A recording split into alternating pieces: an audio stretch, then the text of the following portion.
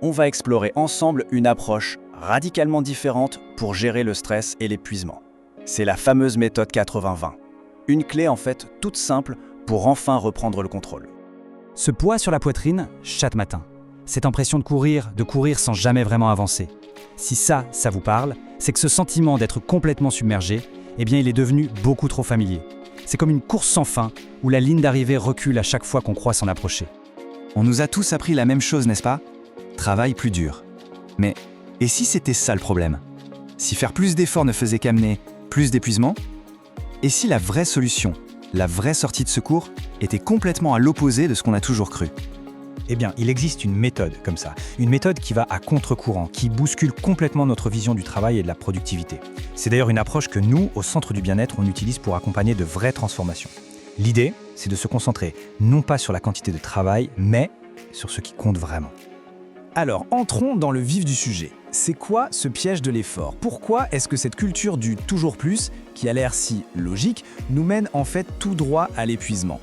Regardez bien ce contraste, c'est frappant.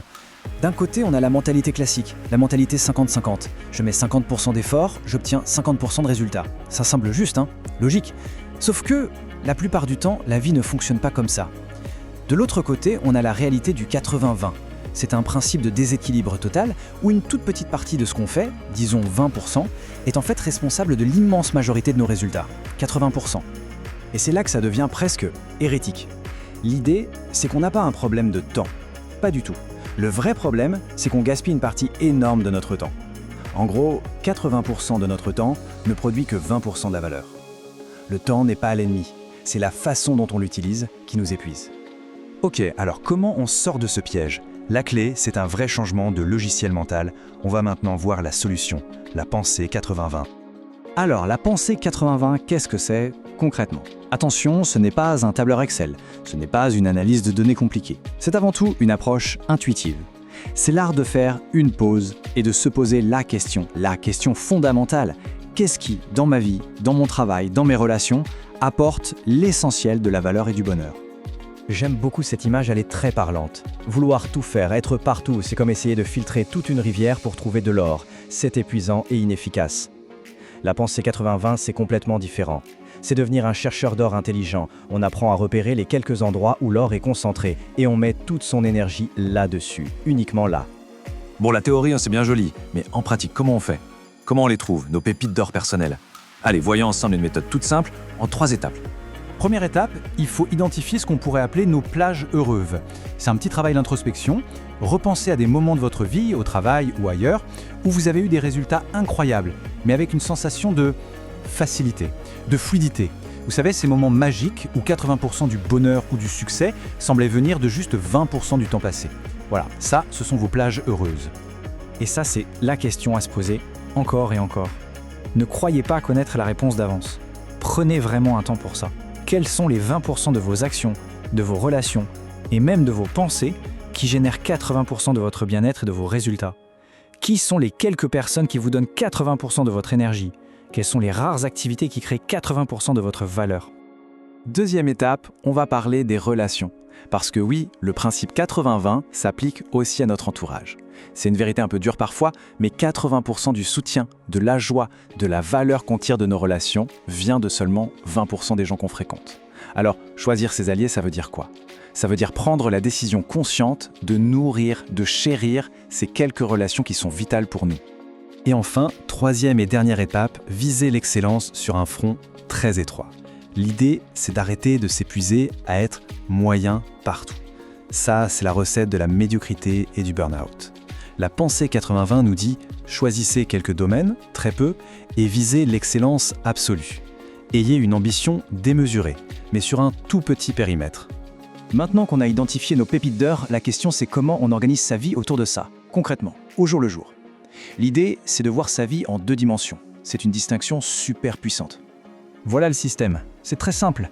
D'un côté, on a ce qu'on va appeler l'efficacité. Ça, c'est pour toutes les corvées, les tâches obligatoires, mais pas très passionnantes. L'objectif, les faire avec le minimum d'efforts possible. Juste assez pour que ce soit fait. Disons 20% d'efforts. De l'autre côté, on a la jouissance de la vie. Là, c'est tout l'inverse. Ce sont nos passions, nos relations clés, nos projets qui nous animent. Et là, on ne compte pas. On y met 200% de notre énergie, de notre cœur, de notre présence. Et le résultat de ça, il est juste énorme. Parce qu'en arrêtant de gaspiller notre énergie sur des choses sans importance, on libère un espace mental et un temps précieux qu'on peut enfin réinvestir là où ça compte, dans ce qui donne vraiment du sens à notre vie. Et tout ça, ça nous amène au point final, et c'est peut-être le plus important de tous. Ce n'est pas juste une technique ou une astuce de productivité, c'est un véritable changement de philosophie, une nouvelle manière de voir la vie. Cette nouvelle philosophie, elle tient en 3 mots. D'abord, elle est non conventionnelle. Elle dit non à l'idée que seul le travail acharné paie. Ensuite, elle est hédoniste. Oui, hédoniste. Elle assume que la recherche du plaisir, de la joie, est un moteur hyper puissant de réussite. Et enfin, elle est non linéaire. Elle comprend qu'une toute petite cause peut avoir des effets gigantesques.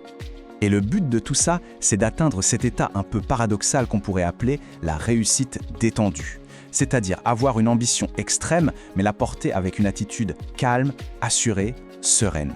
Parce que c'est dans ce calme, dans cette détente, que notre intuition peut enfin s'exprimer. Et l'intuition, c'est le vrai moteur de la pensée 80-20. Cette citation, elle résume absolument tout. Le succès et le bonheur, ça ne vient pas du labeur, de la sueur. Ça vient d'abord d'un moment de réflexion, calme, pour trouver le bon levier. Et ensuite, d'une action sélective, décisive, et c'est tout. Alors pour finir, j'aimerais vous laisser avec une question. Mais attention, ce n'est pas « qu'est-ce que je dois faire de plus ?» Non. La question c'est « quelle est la seule chose que je pourrais arrêter de faire dès aujourd'hui pour libérer 80% de mon stress ?» Quelle est cette tâche, cette inquiétude, cette habitude que si vous la lâchiez, tout deviendrait plus léger? C'est une question incroyablement puissante. Et bien sûr, si vous avez envie d'aller plus loin dans cette exploration, de trouver vos propres réponses, le Centre du Bien-être est là pour vous accompagner sur ce chemin, pour vous guider vers une réussite qui soit enfin plus sereine et surtout plus authentique.